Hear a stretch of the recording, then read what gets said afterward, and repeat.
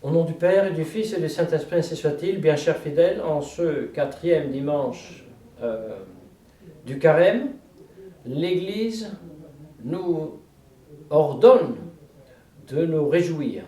Letare Jérusalem. Oui, les paroles du prophète Isaïe nous ordonnent de nous réjouir et nous ordonnent de nous réjouir à la source de cette joie, qui est une joie spirituelle, et cette source n'est rien d'autre que la pénitence.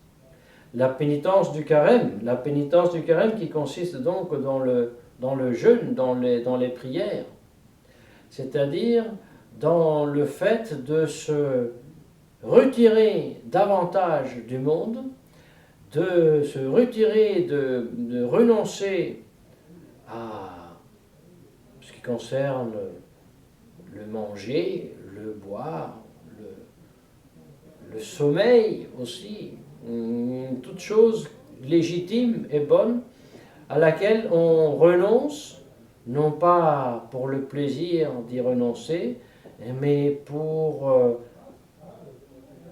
appliquer davantage de temps et d'énergie aux choses surnaturelles, aux choses du ciel. Oui, c'est pour cela que le despicere terrena, c'est-à-dire le mépris des choses du monde, a seulement un sens quand il est contemporain et simultanément lié au plus grand amour des choses du ciel. Autrement, mépriser simplement et gratuitement les choses créées, ça serait même un outrage à Dieu qui en est le Créateur. Mais les mépriser parce qu'on aime davantage les choses du ciel, ça oui. Et nous voilà donc en plein mystère du temps du carême, qui est aussi source de joie. Voilà pourquoi aujourd'hui les vêtements couleur rose, parce que la vraie pénitence, le vrai jeûne, celui qui fait si que notre âme s'applique plus aux choses du ciel que celles de la terre, ou au moins pendant le carême davantage aux choses du ciel qu'à celles de la terre, produit en nous une grande joie, nous réveille notre esprit de foi, le réveil d'un profond sommeil. Oui, malheureusement, il existe cette torpeur de l'esprit, la torpeur du sens de la foi, qui existe aussi, vous savez, bien chers fidèles, même dans l'intelligence humaine, dans l'esprit humain. Et à ce propos, il est tellement utile de lire, de contempler ce que saint Augustin, aujourd'hui, nous enseigne au sujet de la multiplication des pains. Lorsqu'il nous enseigne que Jésus-Christ est celui qui multiplie les pains, c'est-à-dire il est Dieu qui multiplie les pains. Et c'est les mêmes mains, dit saint Augustin, qui sont à l'origine de ce grain, de ce semence du grain qui donne et fait pousser le grain. C'est cette même main qui, le pain, une fois confectionné par le boulanger, le multiplie à milliers. Et par cela, elle veut dire que ce miracle de la multiplication des pains a une différence, bien sûr, au fait que le grain pousse sur le champ. Il y a une différence. Mais saint Augustin dit, fondamentalement, c'est la même chose, dit-il. Parce que le gouvernement et l'administration ordinaire de la nature, du monde, est un miracle. Seulement, c'est un miracle continuel, qui continue toujours, qui est répété toujours et régulièrement, tandis que la multiplication des pains, c'est quelque chose hors de l'ordinaire. C'est quelque chose d'extraordinaire. Même,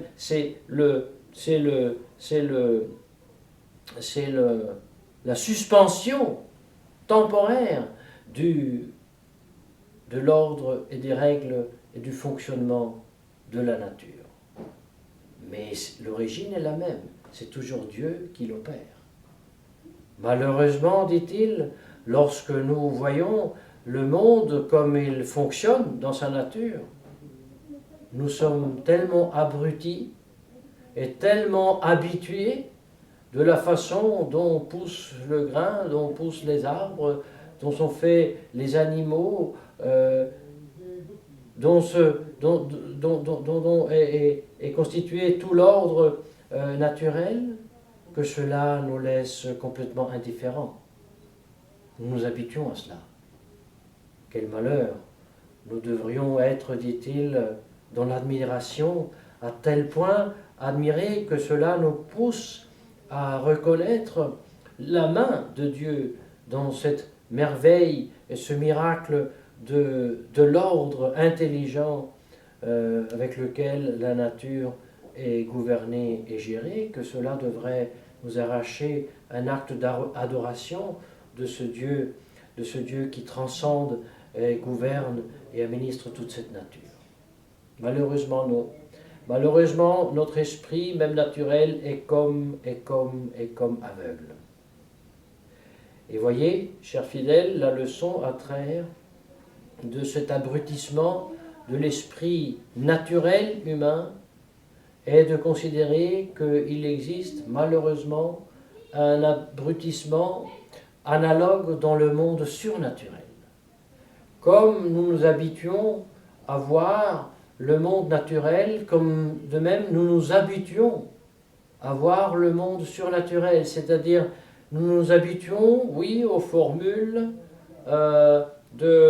du credo, aux formules de nos prières, sans jamais, avec esprit de foi et d'humilité, pénétrer ces mots que nous prononçons quand nous chantons le credo ou quand nous prions nos prières.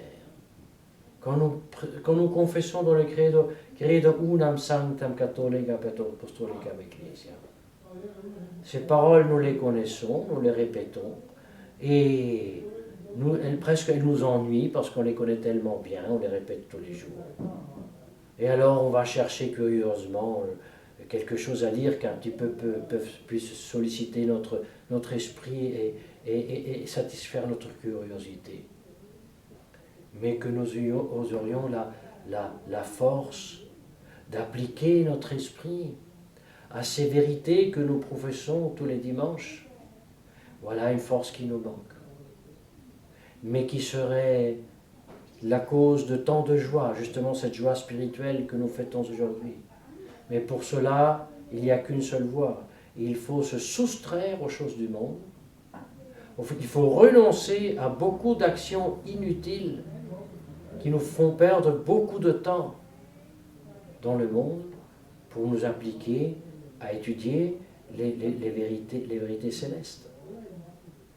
Voilà, vous voyez, c'est ça une grande vérité et qui donne l'explication, comme il était possible, qu'un milliard de catholiques, chantant tous les dimanches le credo en latin, ayant toujours tous les dimanches la messe en latin, recevant les sacrements, un milliard de catholiques a suivi les faux pasteurs, Jean XXIII, Paul VI, le Concile Vatican II, pour arriver à toute une autre religion.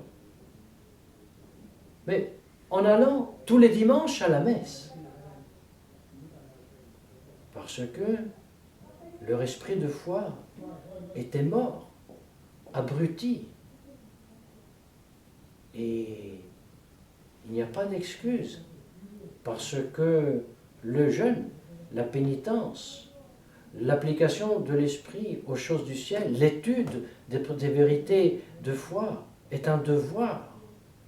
Et outre le devoir, nous avons reçu les grâces pour le faire. Donc nous avons reçu tout, comme la foi est un don surnaturel complètement. C'est une vertu infuse qui a son origine en Dieu, son objet en Dieu et même le motif en Dieu, parce que nous croyons en Dieu, parce que Dieu ne peut ni tromper ni errer. Et cette foi surnaturelle en Dieu, trine, dont le Fils s'est incarné pour nous sauver et qui nous a laissé l'œuvre de sa rédemption encore dans l'Église, par lui fondée, tout ça c'est des objets de foi qui nous viennent de Dieu et que nous croyons à cause de Dieu qui nous les a révélés, par cette foi, cette vertu qui encore une fois nous vient de Dieu. Donc Dieu nous a donné tout. C'est à nous de mettre en acte ce que Dieu nous a donné. Appliquer notre esprit à ces vérités. Si nous ne faisons pas cela, même nous, traditionalistes, finirons comme tout le milliard de catholiques qui est fini dans une autre religion, l'Église conciliaire. Vous me direz, non, parce que nous, on a la chapelle, et puis elle a été bénie par Monseigneur Lefebvre, et c'est un prêtre traditionnaliste, et il nous dit la messe. Oui, mais les fidèles qui ont suivi le Concile Vatican II, ils avaient aussi leur prêtre qui disait la messe à Saint-Pie V et leur belle chapelle. Et voyez, comme nous, les traditionnalistes, nous étions insurgis lorsque nous entendions la première fois en 1987, dire et décrire le cardinal Ratzinger que le magistère peut se tromper, peut être corrigé. Tout le monde a l'alarme, tout le monde que criait. Et maintenant, nous lisons la même chose sur les sites officiels de la Fraternité Saint-Pédis, et personne ne bouge, tout le monde content. Oui, il est possible. Le magistère universel peut de temps en temps errer. Voilà que nous avons fait avoir exactement comme le milliard de catholiques qui s'est fait avoir par le Concile. Pourquoi ? Parce qu'il n'y a pas le zèle et ne pas l'esprit de foi. Et le zèle et l'esprit de foi, ce n'est pas quelque chose comme ça de joli en plus qu'ont les bonnes sœurs et les bigotes. C'est quelque chose qui est le fruit d'une vie de prière et de pénitence et d'étude de la propre foi que nous avons été enseignés au catéchisme ou alors que nous avons étudié au séminaire si nous sommes prêtres. Mais sans cet esprit de foi, notre foi meurt dans le sens que l'adhésion de notre être aux vérités reçues s'estompe, s'abrutit, cesse. Et ensuite nous prenons une chose pour une autre.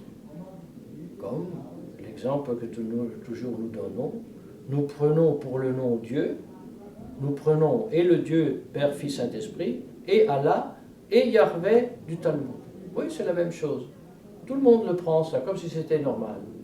C'est blasphème. C'est une injure à Dieu contre le premier commandement. Ah, mais sans battre les yeux, sans cligner l'œil, tout le monde accepte tout cela, comme si c'était la chose la plus normale. Cela veut dire qu'exactement comme le peuple hébreu, lorsqu'il était sorti d'Égypte, au lieu de prier et de faire pénitence, ils ont commencé à manger, à boire et à jouer. Et un instant plus tard, déjà, ils adoraient le veau d'or. Tandis que Moïse, qui les a libérés d'Égypte, il jeûnait, il priait, il montait sur la montagne pour recevoir la loi de Dieu. Et voilà que, outre que saint Augustin aujourd'hui qui nous enseigne la grande catéchèse sur le miracle, il y a saint Basile le Grand qui nous enseigne combien le jeûne porte à l'esprit de foi et par contre la gourmandise, la recherche des plaisirs de ce monde porte à l'idolâtrie. Et la punition pour cette idolâtrie, c'est la destruction des deux tables. Moïse descend de la montagne, voit le peuple idolâtre, prend les tables et les détruit. C'est un peu ce que fait spirituellement le bon Dieu aujourd'hui. Il voit les catholiques qui ne s'intéressent pas de leur catholicisme, eh bien, il leur fait comme disparaître le catholicisme. Bien sûr qu'il ne disparaît pas, le catholicisme. Mais il se réduit à peu de choses. Et ce que saint Thomas avait prédit comme un des certains signes précurseurs de l'Antichrist, le gouvernement de l'Église se dissout complètement, et c'est bien ce qui se fait. Et c'est pour cela que nous administrons les sacrements sans juridiction ordinaire, parce qu'il y a ce gouvernement qui fait défaut, mais tout de même avec juridiction extraordinaire qui nous est donnée par droit. Et de même, le jeune, comme il a donc fait le grand Moïse, il a fait Samson, il a fait les prophètes, il a fait les grands législateurs, ce jeune qui donc nous protège l'âme, nous protège même le corps, dont saint Basile dit qu'il donc il est la forteresse des forts, qu'il est l'exercice des athlètes et des combattants, qui éloigne les tentations, qui porte à la piété. Tout ce jeûne et cette pénitence qui donc nous est ordonnée pendant ce temps de carême nous porte à la source de cette joie spirituelle que nous avons aujourd'hui par ordre de l'Église à manifester. Et voilà donc que nous demandons à la très sainte Vierge Marie de nous obtenir la grâce par le jeûne, par la pénitence, de pénétrer la foi que nous enseigne l'Église pour entrer un grand esprit de foi qui fait si que toujours davantage nous désirons être enseignés par l'Église, nous aimions davantage la foi que nous est enseignée, la connaissant mieux dans la conscience que du moment où je professe ma foi, je suis même infaillible dans cette profession de foi et qui suscite et fait croître en moi le sensus fidei, l'esprit de foi qui me fait ensuite reconnaître le faux pasteur. Et voilà le point crucial. L'esprit de foi fait si que d'une part, j'aime davantage l'Église qui m'enseigne. Et en même temps, je suis capable de discerner le vrai enseignement du faux enseignement, le vrai pasteur du faux.